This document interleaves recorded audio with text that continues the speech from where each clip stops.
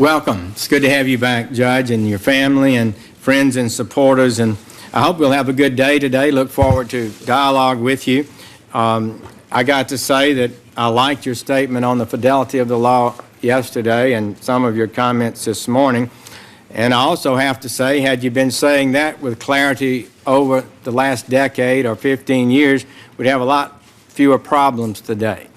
Because you have evidenced, I think it's quite clear, a philosophy of the law that suggests that the judge's background and experiences can and should and naturally will impact their decision, which I think goes against the American ideal and oath that a judge takes to be fair to every party.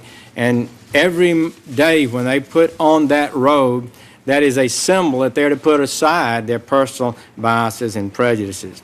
So I'd like to ask you a few things about it. I would just note that it's not just one sentence, as my chairman suggested, that causes us difficulty. It's a body of thought over a period of years that causes us difficulties. And I would suggest that the quotation he gave was not exactly right of the wise Latina comment that you made. You've said, I think 6 different times, quote, "I would hope that a wise Latina woman with the richness of her experiences would more often than not reach a better conclusion." So that's a matter that I think we'll talk about as we go forward. Let me recall that yesterday you said it's simple, fidelity to the law. The task of a judge is not to make law, it's to apply law. I heartily agree with that. However, you previously have said the Court of Appeals is where policy is made. And you said in another occasion, the law that lawyers practice and judges declare is not a definitive, capital L, law that many would like to think exists, close quote. So I guess I'm asking today, what do you really believe on those subjects? There is no real law, and that judges do not make law, or that there is no real law and the Court of Appeals is where policy is made. Discuss that with us, please. I believe my record of 17 years demonstrates fully that I do believe that judges must apply the law and not make the law. Whether I've agreed with a party or not, found them sympathetic or not, in every case I have decided I have done what the law requires. With respect to judges making policy, I assume, Senator, that you were referring to a remark that I made in a Duke law student dialogue. That remark in context made very clear that I wasn't talking about the policy reflected in the law that Congress makes. That's the job of Congress, to decide what the policy should be for society. In that conversation with the students, I was focusing on what district court judges do and what circuit court judges do. And I noted that district court judges find the facts, and they apply the facts to the individual case. And when they do that, their holding, their finding, doesn't bind anybody else. Appellate judges, however, establish precedent. They decide what the law says in a particular situation. That precedent has policy ramifications because it binds not just the litigants in that case, it binds all litigants in similar cases and cases that may be influenced by that precedent. I think if my speech is heard outside of the minute and a half that YouTube presents and its full context examined, that is very clear that I was talking about the policy ramifications of precedent and never talking about appellate judges or courts making the policy that that Congress makes. Judge, I would just say I don't think it's that clear I looked at that tape several times, and I think a person could reasonably believe it meant more than that. But yesterday you spoke about your approach to rendering opinions and said, quote, "I seek to strengthen both the rule of law and faith in the impartiality of the justice system," and I would agree. But you have previously said this: "I am willing to accept that we who judge must not deny differences resulting from experiences and heritage, but attempt, as the Supreme Court suggests, continuously to judge when those opinions, sympathies, and prejudices are appropriate." So first, I'd like to know, do you think there's any circumstance in which a judge should allow their prejudices to impact their decision-making? Never their prejudices. I was talking about the very important goal of the justice system is to ensure that the personal biases and prejudices of a judge do not influence the outcome of a case. What I was talking about was the obligation of judges to examine what they're feeling as they're adjudicating a case and to ensure that that's not influencing the outcome. Life experiences have to influence you. We're not robots to listen to evidence and don't have feelings. We have to recognize those feelings and put them aside. That's what my speech was saying, Well, because Judge, that's our job. But the statement was, "I willingly accept that we who judge must not deny the differences resulting from experience and heritage, but continuously to judge when those opinions, sympathies, and prejudices are appropriate." That's exactly opposite of what you're saying, is it not? I don't believe so, Senator, because all I was saying is, because we have feelings and different experiences, we can be led to believe that our experiences are appropriate. We have to be open-minded to accept that they may not be, and that we have to judge always that we're not letting those things determine the outcome. But there are situations in which some experiences are important in the process of judging because the law asked us to use those experiences. Well, I understand that, but let me just follow up that you say in your statement that you want to do what you can to increase the faith in the impartiality of our system, but isn't it true this statement suggests that you accept that there may be sympathies, prejudices, and opinions that legitimately can influence a judge's decision? And how can that further faith in the impartiality of the system?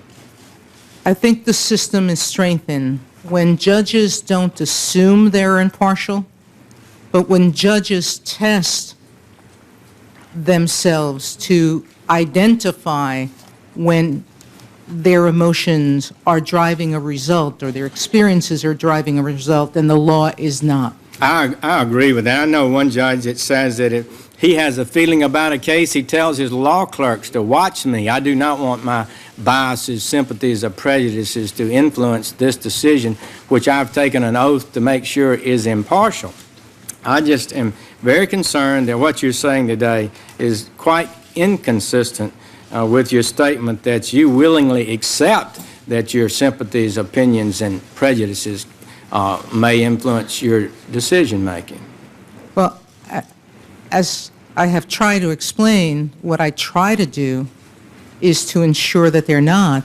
If I ignore them and believe that I'm acting without them, without looking at them and testing that I'm not, then I could, unconsciously or otherwise, be led to be doing the exact thing I don't want to do, which is to let something but the law command the result.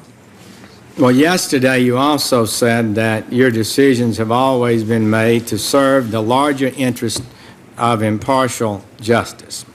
A good aspiration, I agree.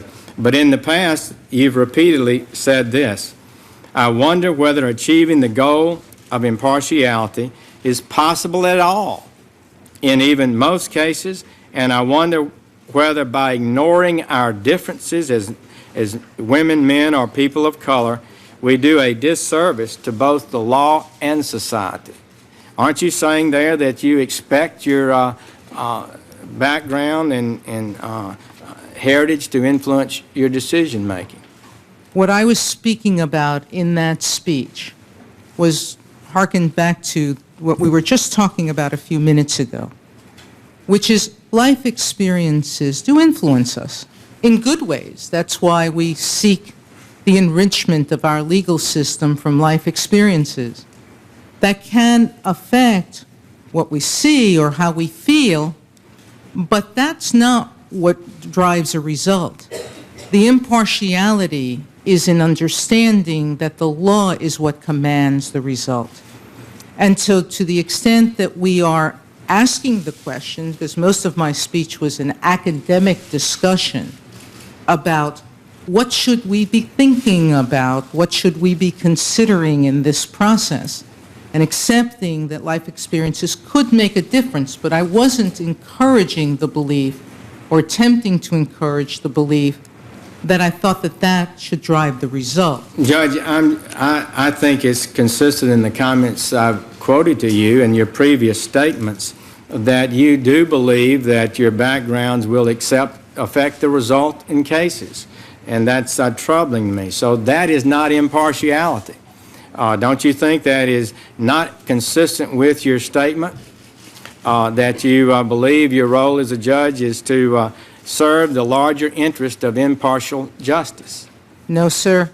As I've indicated, my record shows that at no point or time have I ever permitted my personal views or sympathies to influence an outcome of a case. In every case where I have identified a sympathy, I have articulated it and explained to the litigant why the law requires a different result.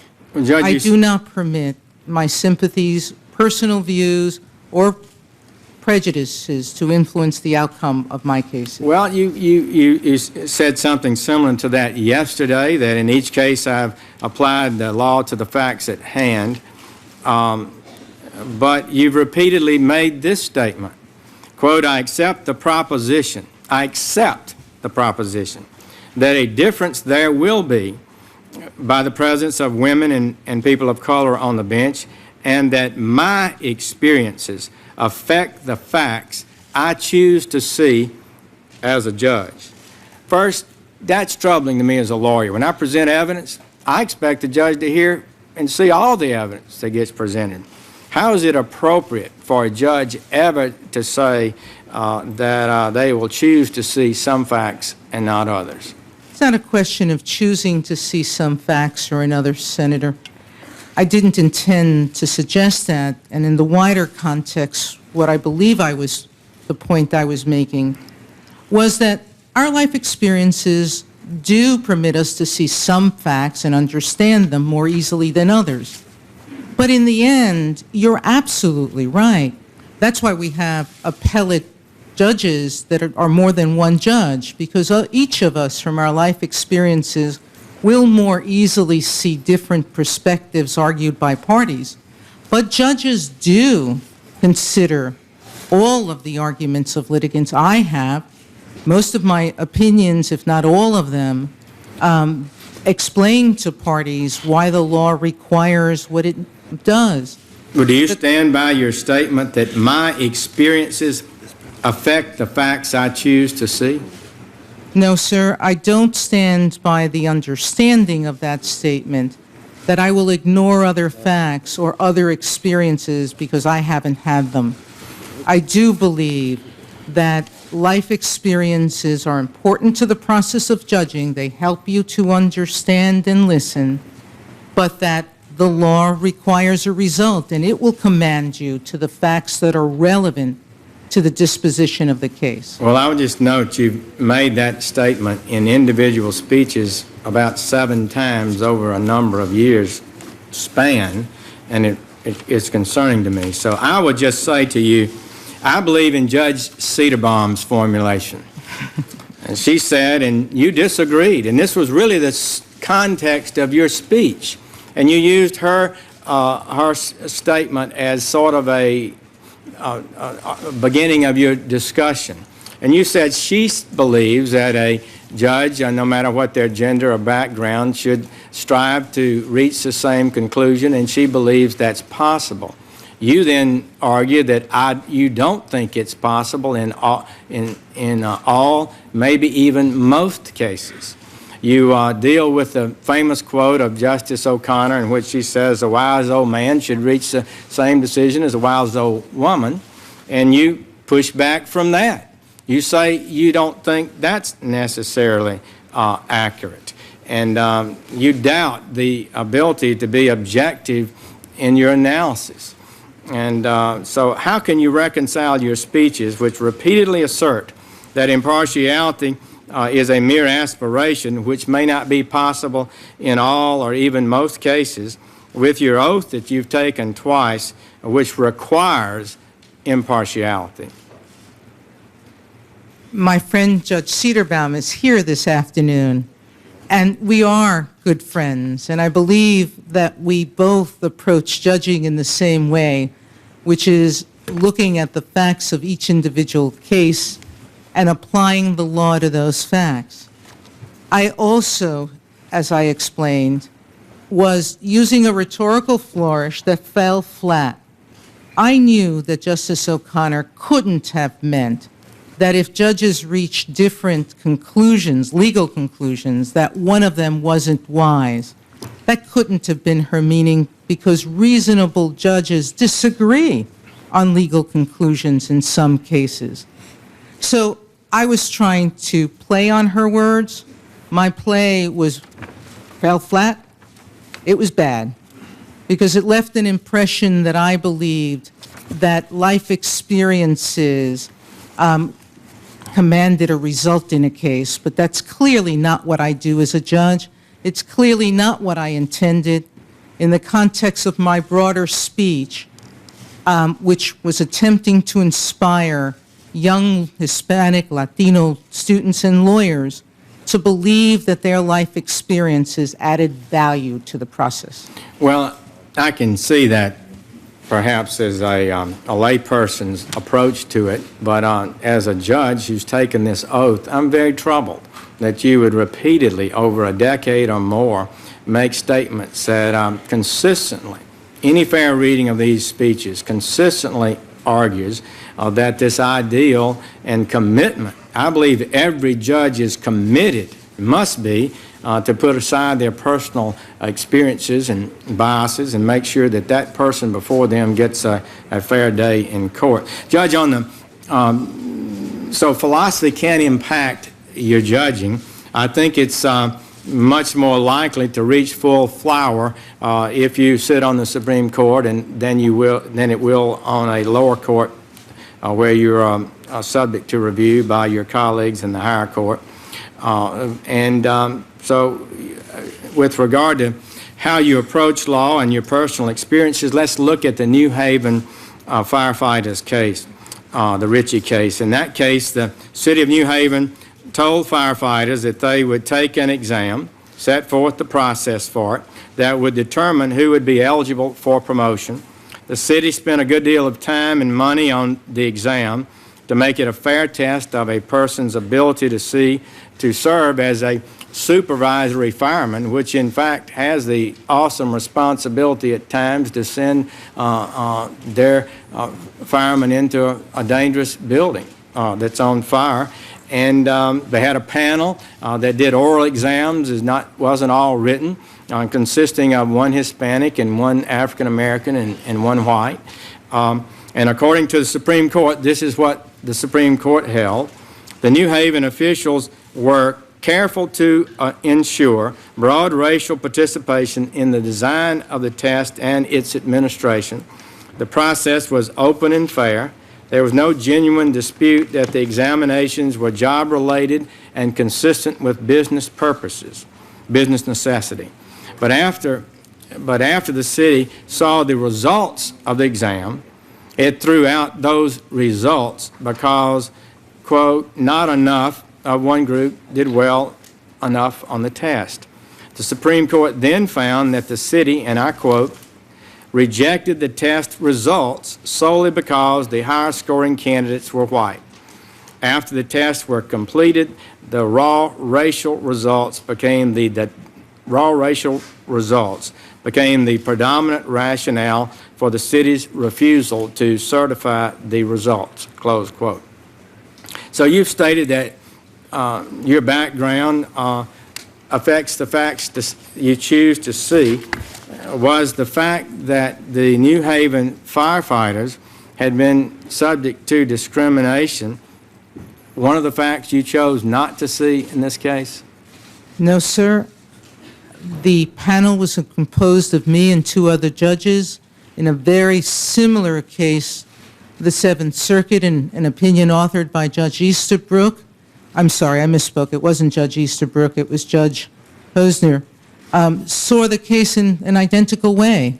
And in neither judge, I've confused some statements that Senator Leahy made with this case, and I apologize.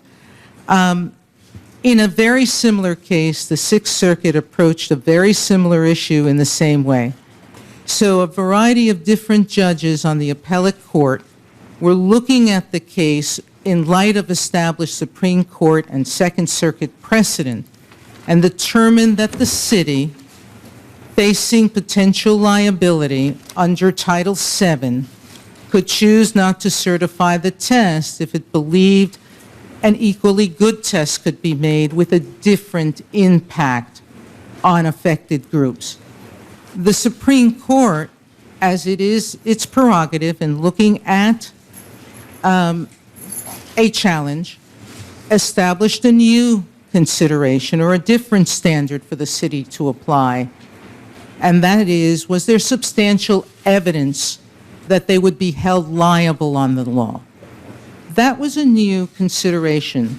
Our panel didn't look at that issue that way because it wasn't argued to us in the case before us, and because the case before us was based on existing precedent. So it's a different test. Judge, there was a apparently unease within your panel. I was really disappointed, and I think a lot of people have been, that the opinion was so short. It was per curiam. It did not discuss the serious legal issues that the case raised, and I believe that's legitimate criticism of what you did. But it appears, according to Stuart Taylor, the respected legal writer for the National Journal, that Stuart Taylor concluded that it appears that Judge Cabranes was concerned about the outcome of the case, was not aware of it because it was a per curiam, unpublished opinion, but it began to raise the question of whether rehearing should be granted. You say you're bound by the superior authority, but the fact is, when the question of rehearing that Second Circuit authority that you say covered the case, some says it didn't cover so clearly, but that was up for debate. And the circuit voted, and you voted not to reconsider the prior case. You voted to stay with the decision of the circuit, and in fact, your vote was the key vote. Had you voted with Judge Cabranes, himself of Puerto Rican ancestry, had you voted with him, you could have changed that case. So in truth, you weren't bound by that case. Had you seen it in a different way, you must have agreed with it and agreed with the opinion and stayed with it until it was reversed by the court. Let me just mention this. In 1997... Is that a question or the... Well, that was a response to some of what you said, Mr. Chairman, because you misrepresented factually how the posture of the case. Well, Now, 1990... I obviously will disagree with that, but that we'll have a chance to vote on this issue. In 1997, when you came before the Senate and I was a new senator, I asked you this. In a suit challenging a government racial preference and quota or set aside, will you follow the Supreme Court decision in Adirondack and subject racial preferences to the strictest judicial scrutiny? Close quote. In other words, I ask you, would you follow the Supreme Court's binding decision in Adirondack versus Pena In Adirondack, the Supreme Court held that all governmental discrimination, including affirmative action programs, that discriminated by race of an applicant must face strict scrutiny in the courts. In other words, this is not a light thing to do. When one race is favored over another, you must have a really good reason for it, or it's not acceptable. After Adirondack, the government agencies must prove there is a compelling state interest in support of any decision to treat people differently by race. This is what you answered.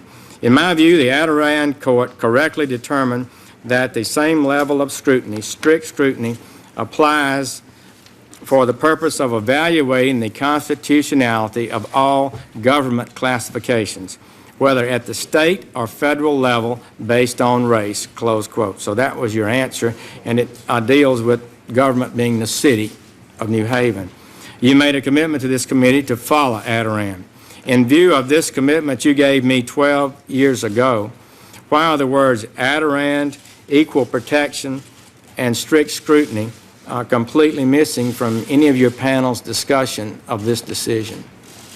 Because those cases were not what was at issue in this decision. And in fact, those cases were not what decided the Supreme Court's decision. The Supreme Court parties were not arguing the level of scrutiny that would apply with respect to intentional discrimination. The issue is a different one before our court and the Supreme Court, which is what's a city to do when there is proof that its test disparately impacts a particular group.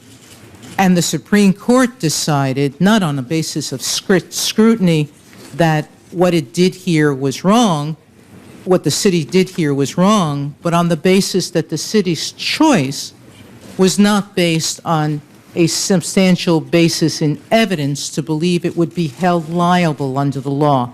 Those are two different standards, two different questions that a case would present. But, Judge, it wasn't that simple. This case was recognized pretty soon as a big case, at least. I noticed what perhaps kicked off Judge Cabranes' concern was a lawyer saying it was the most important discrimination case that the circuit had seen in 20 years. They were shocked. They got a basically one-paragraph decision, per curiam, unsigned, back on that case.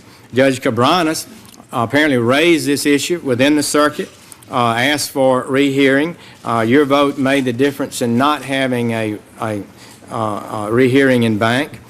And he said, quote, municipal employers could reject the results, in talking about the results of your test, the impact of your decision. Municipal employers could reject the results of an employment examination whenever those results fail to yield a desirable outcome, i.e. fail to satisfy a racial quota, close quote. So that was Judge Cabranes' analysis of the impact of your decision. And he thought it was very important. He wanted to review this case. He thought it deserved a full and complete analysis and opinion. He wanted the whole circuit to be involved in it, and to the extent that some prior precedent in the circuit was different, the circuit could have reversed that precedent had they chose to do so. Don't you think, tell us how it came to be that this important case was dealt with in such a cursory manner? The panel decision was based on a 78-page district court opinion. The opinion referenced it. In its per curiam, the court incorporated it directly, but it was referenced by the circuit. And it relied on that very thoughtful, thorough opinion by the district court. And that opinion discussed Second Circuit precedent to its fullest extent. Justice Cabranes had one view of the case, the panel had another. The majority of the vote, it wasn't just my vote, the majority of the court, not just my vote, denied the petition for rehearing. The court left to the Supreme Court the question of how an employer should address what no one disputed was prima facie evidence that its test disparately impacted on a group. That was undisputed by everyone, that the case law did permit employees who had been disparately impacted to bring a suit. The question was, for the city, was it racially discriminating when it didn't accept those tests, or was it attempting to comply with the law? Well, Judge, I think it's not fair to say that a majority, I guess it's fair to say a majority voted against rehearing, but it was 6-6. Unusual that one of the judges had to challenge a panel decision, and your vote made the majority not to rehear it. And Richie did deal with some important questions. Some of the questions that we have got to talk about as a nation, we've got to work our way through. I know there's concern on both sides of this issue, and we should do it carefully and correctly. But do you think that Frank Ritchie and the other firefighters whose claims you dismissed felt that their arguments and concerns were appropriately understood and acknowledged by such a short opinion from the court? We were very sympathetic and expressed our sympathy to the firefighters who challenged the city's decision, Mr. Ricci and the others. We understood the efforts that they had made in taking the test. We said as much. They did have before them a 78-page thorough opinion by the district court. They obviously disagreed with the law as it stood under Second Circuit precedent. That's why they were pursuing their claims and did pursue them further. In the end, the body that had the discretion and power to decide how these tough issues should be decided, not along the precedent that had been recognized by our circuit court and another, at least the Sixth Circuit, but along what the court thought would be the right test or standard to apply. And that's what the Supreme Court did. It answered that important question because it had the power to do that, not the power, but the ability to do that because it was faced with the arguments that suggested that. The panel was dealing with precedent and arguments that relied on our precedent. Thank you, Judge, and I appreciate this opportunity. And I would just say, though, had the procurement opinion stood without a rehearing requested by one of the judges in the whole circuit and kicked off the discussion, it's very, very unlikely that we would have heard about this case or the Supreme Court would have taken it up. Thank you, Mr. Chairman. Thank you.